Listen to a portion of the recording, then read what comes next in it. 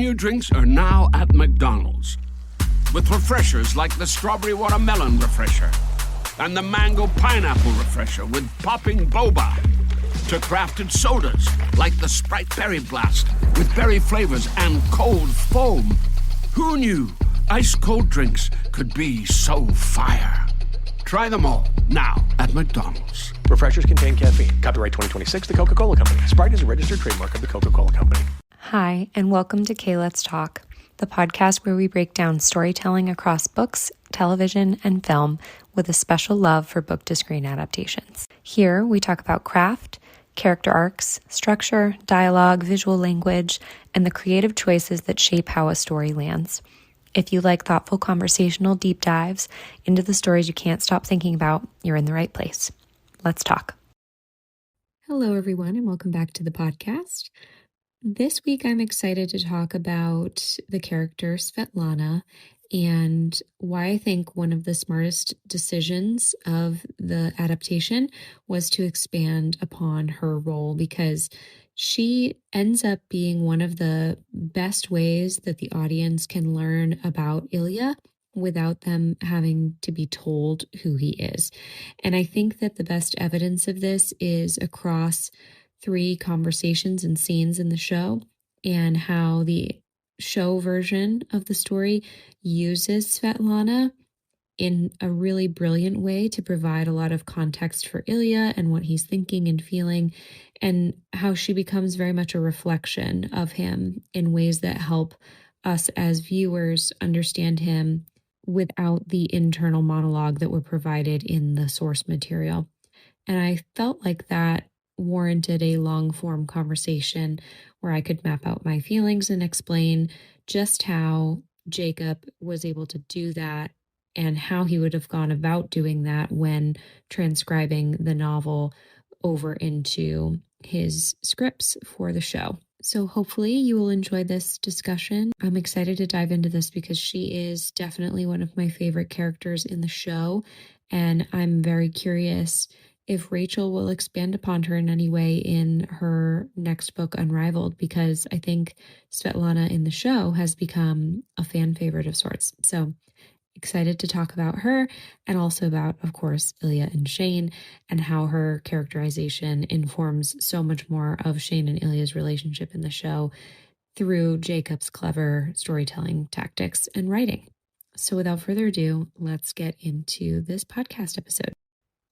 So I've talked about before how one of the biggest challenges in adapting any sort of romance novel or novel in general for television or a film is that a lot of times the books communicate the emotion so differently than you are able to with television or a film. Because when you're reading a novel, and especially in a romance novel, we spend a lot of time living inside the minds of the characters.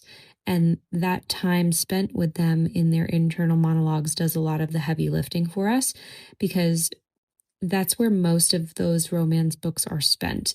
And we work through a lot of the issues in tandem with the character. And of course, we're still observing the world around them through their eyes, and we can get descriptions of locations, people, events. But majority of the time, the story takes place inside of the character's head. And because we can spend hundreds of pages listening to their internal monologues and their anxieties and their insecurities and learn how they observe the world or the other characters around them, we also can see how they begin to rationalize their own behaviors, and we can get to know a character on a fundamentally deep level. And television or a movie doesn't have the same luxury unless you were to rely on a character doing a voiceover or sharing their internal dialogue. And so I think that the challenge becomes incredibly important with a character like Ilya, because so much of what makes him interesting in the book is internal, and we can map out how he represses his feelings and how he becomes aware of them and how he eventually allows himself to feel them. And we understand his humor, and we understand his loneliness, why and how he deflects emotionally. We get to see more of the tender side of himself that he hides beneath that sort of bravado and performance, because we're reading through his thoughts and feelings and then seeing how they contradict his actions. So readers understand those things because we're given access to his perspective and because Rachel lets us sit in the contrast between who Ilya appears to be publicly and then who he actually is privately in a lot of the scenes that we get in his point of view. But television requires externalization. So you can't simply tell an audience who a character is.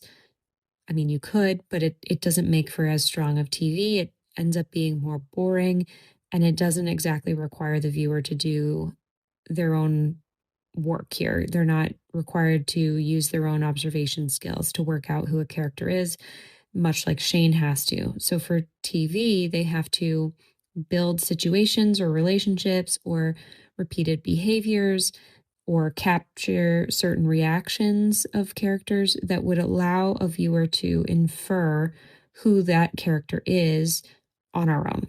And I think a lot of people might feel like a true adaptation focuses primarily on recreating scenes from a book, but I personally think that the most successful adaptations focus more on translating the unspoken emotional information that we learn while we're in the characters' minds. So translating that from one form of storytelling into another form. And there are a few creative and clever ways that a show or a film can do that. And I personally love the way that Jacob chose to approach this project and the avenues that he chose to translate and expand upon the source material, because Ilya is such a guarded and internal character. The show inevitably needs the people around him to naturally sort of pull different parts of him out and bring those to the surface without forcing Ilya's character into sort of an unnatural exposition of sorts. And that's where Jacob's choice to expand upon the character of Svetlana becomes really interesting, because her role in the adaptation actually is one of the key ways that we as viewers understand Ilya. In the book, Ilya has only known Svetlana for about 3 years, and he says she's working at a Lamborghini dealership. We know she's the daughter of a retired Boston player, and he admits that she possibly knew more about hockey than he did. Whereas in the show, Svetlana is from Ilya's childhood. She's from his past. She's clearly an emotionally safe person for him. She is not at all impressed by him or his hockey fame because she knew him before his NHL persona was assigned to him. And she also knows him better outside of hockey. And she's one of the few people in his life who isn't dependent on him financially either. And more importantly, she's someone who speaks Russian. So for a young man in another country who's an outsider, that would feel like a lifeline to him. And we know that that's important to him in the book, but clearly in the show, these two are a lot closer than they are in the book characterization of her character. And so because she is so close to Ilya, she's also the character who notices changes in his behavior and calls it out so that the viewer can be made aware of them through her. So when she notices that he has stopped smoking cigarettes, or that he's been texting someone named Jane for years, or notices when he's sad or when his energy sort of shifts, that's a way that we can then pick up on a lot of his physical tells. She also knows how Ilya feels towards Alexei without him needing to map that out for us. And we see that in the way she defends Ilya from him. And that speaks to what would be a long-standing tension between Ilya and Alexei without us needing further explanation about it. And in the scene like the smoking moment in episode 5, for example, the point of that scene is to show us that Ilya is reverting to old habits now that he and Shane are not hooking up anymore. But the cigarettes aren't making his pain go away. And in the book, we know that because Shane doesn't like smoking, Ilya chooses to cut back. But we don't actually see that in the show. Instead, Jacob uses Svetlana pointing out that he hasn't been smoking often and that she thought he had quit to kind of inform what would be happening in the background of the story. So she's noticing a change in his behavior because he's smoking again, and then when he insists that he hasn't started smoking again, that's clearly him trying to deflect or avoid having to admit the truth of something he hasn't acknowledged yet. So we know Ilya has a poker face. He's often very stoic and doesn't necessarily show how he's feeling on his face, unlike Shane.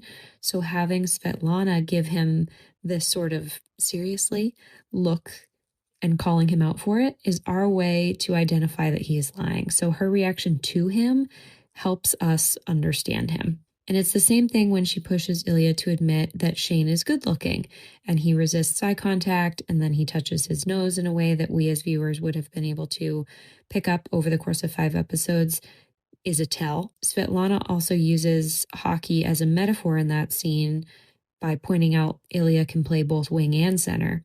And it's her way of pointing out to Ilya that she knows more than he realizes and that it's okay. But Ilya is still so hurt and in denial, he won't even allow himself to admit his own feelings. So Svetlana being there and saying these things is a way that we as viewers get to gauge where Ilya is at emotionally at certain points in the story. And in the book, Svetlana is positioned more as like a explicitly sexual friend and very much a side character.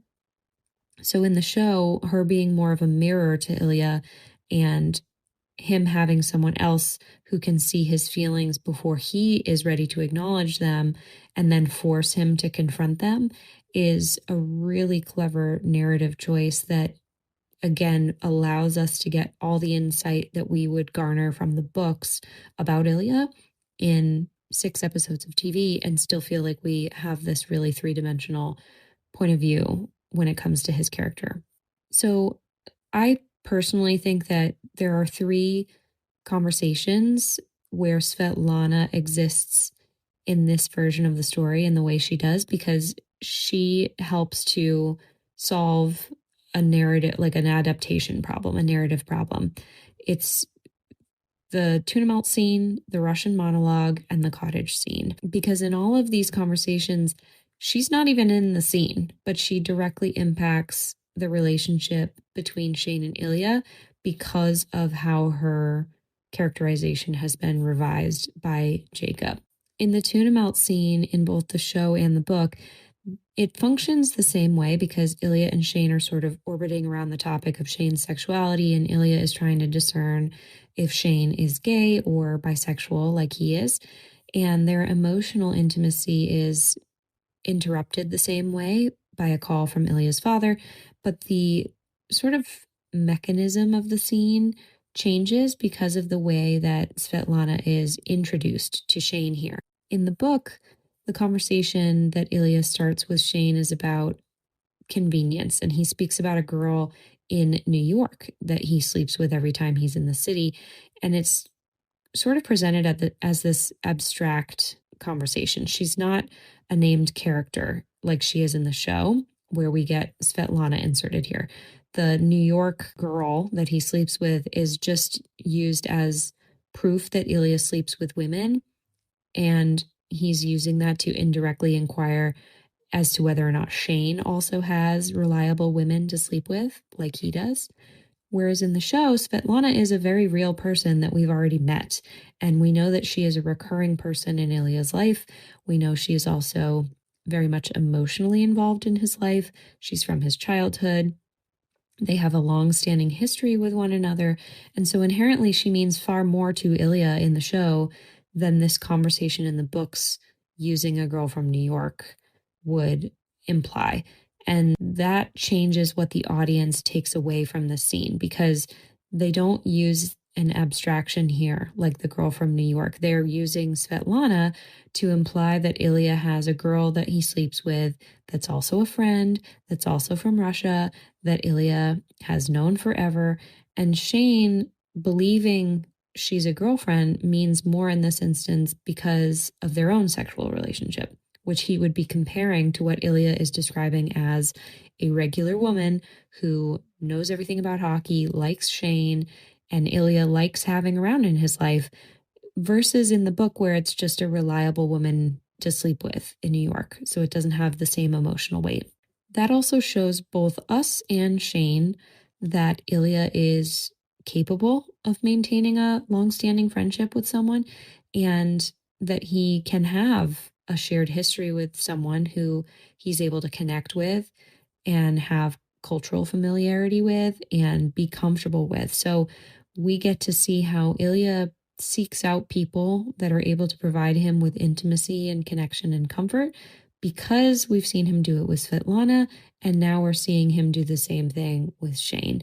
So Ilya doesn't then need to say that to us, because we're watching how two people who make Ilya feel understood and comfortable enough to be intimate with them, both sexually and emotionally to an extent, those two people are Svetlana and Shane. In the book, Shane is also cataloging how Ilya is coming across to him often. So he uses his internal dialogue to describe him in this scene as teasing. Shane finds him making them dinner to be adorable. He thinks the entire interaction is unexpectedly domestic, but the show can't use Shane's internal dialogue here. So the environment and the body language and the subtext of the scene has to give us all that evidence of Ilya being capable of being soft with someone in this way. And that only works because we've seen him with Svetlana. So far, it would be at the end of episode 2 where we see him being playful with her. And then this scene plants a seed, which is expanded upon in episode 5, because we see them in bed before Ilya sees Shane in Tampa. And we can see him being soft with Svetlana again in that scene. So to have multiple examples of Ilya being comfortable and exhibiting that comfort with Svetlana, we can then see with our own eyes when he starts to feel that way with Shane, because we have the ability to compare his behavior between both Svetlana and Shane. And an example of that would be in episode 5, where he puts his head in Svetlana's lap, and we see him do the same thing with Shane at the cottage. When Ilya in the show explains his dynamic with Svetlana and then clarifies that it's nothing more than that for either of us, as audience members and viewers, we can then see how Shane is being set up as different to Ilya's typical avoidant patterns. So Shane doesn't fit into the compartmentalization that Ilya traditionally uses for his relationships. And this is something he thinks about quite often in the book. So again, Svetlana is used here as a means of comparison for the audience to see how Shane is different. And he is struggling, he being Ilya, is struggling to figure out how to deal with that, because Svetlana on paper would be the safer option. She knows him very well. She understands his family dynamics. She understands his family history. She doesn't expect too much from him. She's not in any way threatening to his life or his career. But Shane is, and Shane does, and would, in Ilya's head at least, be somewhat of a threat, and yet he still ends up choosing Shane despite all of those things. In the Tuna Melt scene, when Ilya then says, "I like girls, but I also like you," this hits so differently in the show because the book again uses the mention of the woman in New York as an abstract, non-committal, convenience-based relationship that Ilya has, whereas Svetlana is a close friend and a long-standing person in his life. So it makes this admission all the more vulnerable, because we can now understand that Ilya has a person already in his life whom he can connect with emotionally, and who the arrangement would theoretically be perfect with, but he is still drawn to Shane despite those facts. So again, she's used strategically to show us how Ilya relates to intimacy and safety within other people, and how important that is to understand before all of the other major milestones he goes through in the series. In the book version, the dialogue is very different. So Ilya says, "There was a girl in New York. I used to see her when I was in town." Shane asks, "Used to?" And Ilya says, "She is getting married." And Shane says, "Oh, are you upset about that?" And Ilya says, "What? No, was not like that. Just convenient to have a reliable woman to sleep with in New York. With 3 teams to play against there, we were there a lot." That's when Shane asks, "You think she's the only woman in New York that would be willing to sleep with you?" And he says it in a teasing way. And Ilya smirks and says, "I think I will find someone." And then there's another silence that falls. And Shane wonders if Ilya was expecting him to share something similar. So he says, I find it hard being so high profile, it's hard to just sleep with someone sometimes. And interestingly, in the trailer for the series, that audio clip of Shane saying, I find it hard being so high profile was in that. They never ended up using it in the show. So I'm curious if there was some version of this conversation that included more of the original dialogue. And I would love to see if there's a version of that script that we could read one time. But Ilya then says, yes, it is good to have a reliable person. And then Shane smiles at him and says it is. And that's when the oven goes off and Ilya gets up and goes to get the tuna melts. And then he comes back and they have the conversation. Do you like them? Girls. I never hear about you with girls. And much of that's the same. The only thing that's different in this is that it doesn't include the lazy commentary that Jacob included, which I think is brilliant. The way that they're communicating is much more playful in the book version. Ilya says, not as person, of course, but you have a good mouth, and then takes a suggestive bite of his dill pickle. Whereas I think the show leaned into the emotional intimacy of that scene and had them both kind of pared down and looking at each other more sincerely and quietly. The next scene where Svetlana's characterization comes up again and the change I think is really significant is in the Russian monologue scene. And what's fascinating here is that Jacob had such creative freedom in this moment because the book, like everyone who's read it knows, we never actually know what Ilya says in Russian. It very much preserves Shane's perspective and keeps the audience kind of locked out alongside him.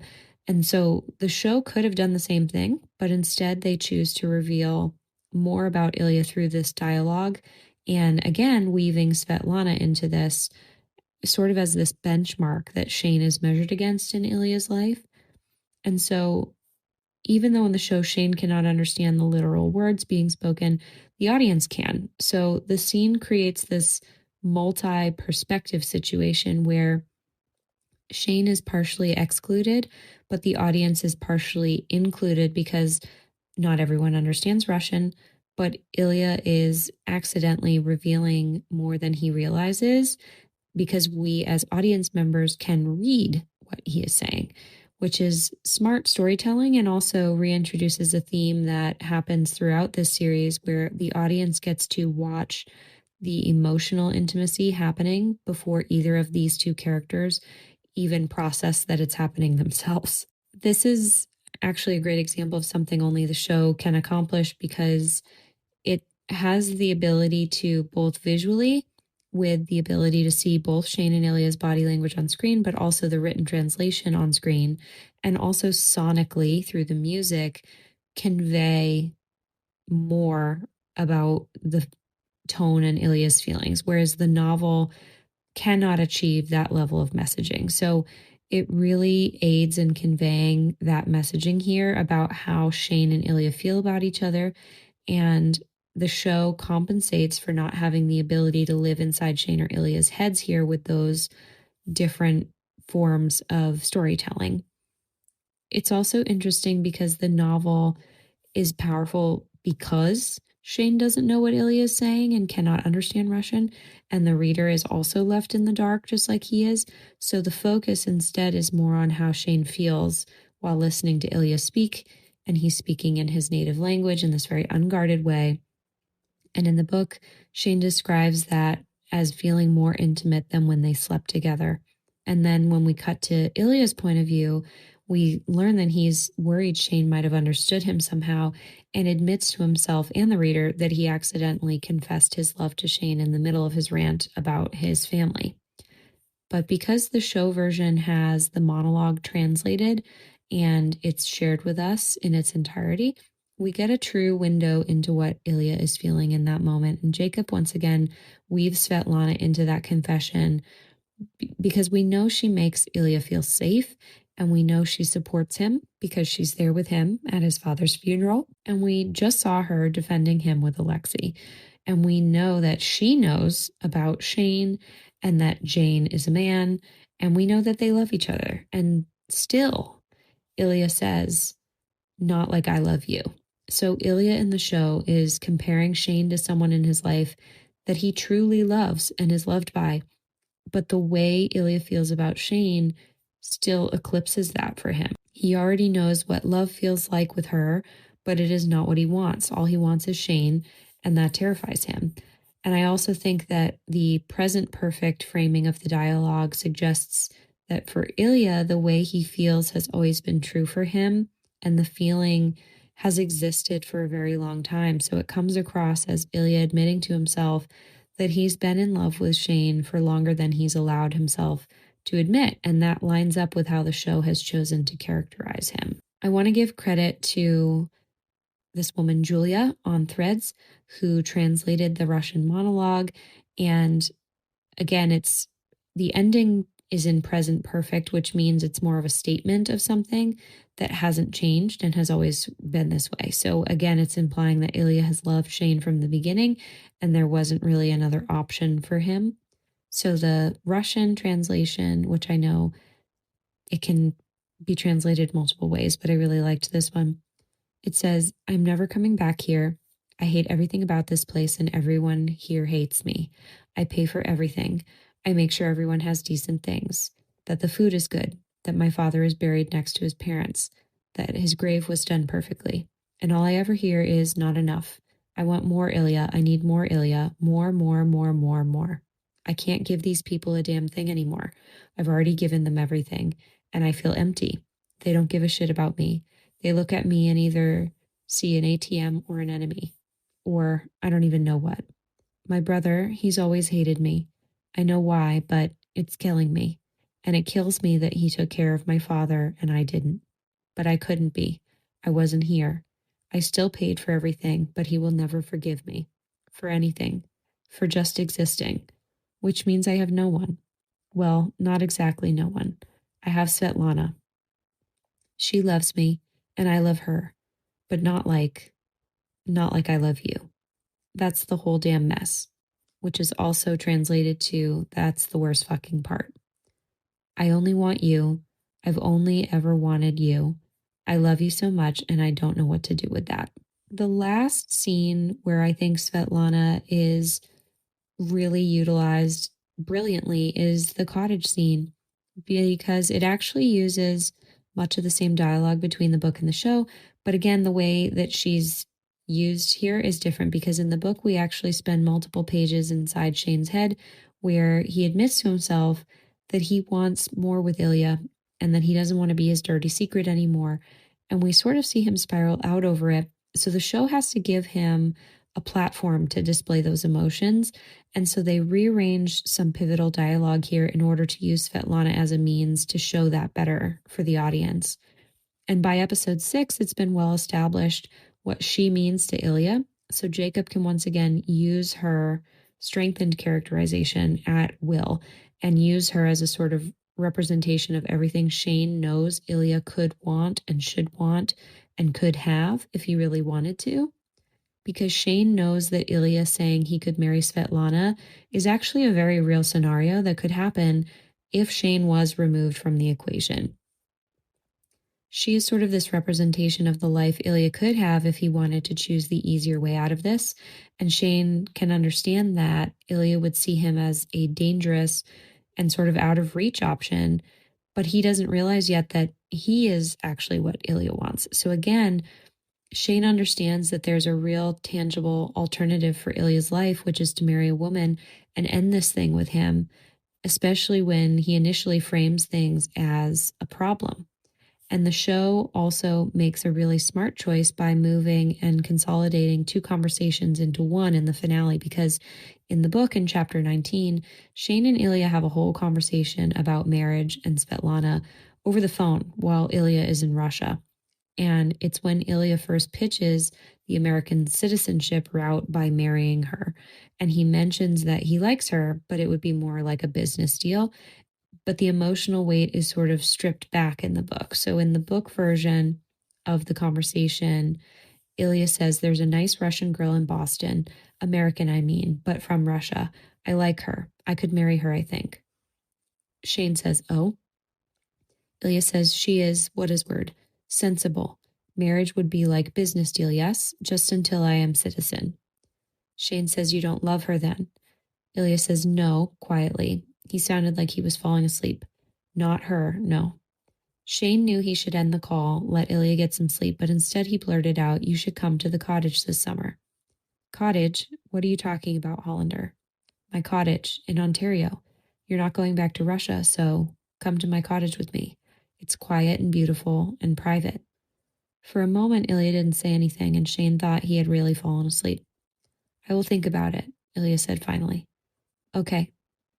I am tired. Yeah, I can tell. Get some sleep, all right? Yes. Good night, Hollander. They ended the call and Shane sat on his bed for a while, not moving. It occurred to them that they'd just had an entire conversation that hadn't been about sex at all and was barely about hockey. It also occurred to him that his heart was beating like he was in the middle of a run and his mouth was dry. He had actually just invited Ilya to his cottage. The fact that he had even done that was absurd, but what if Ilya actually accepted?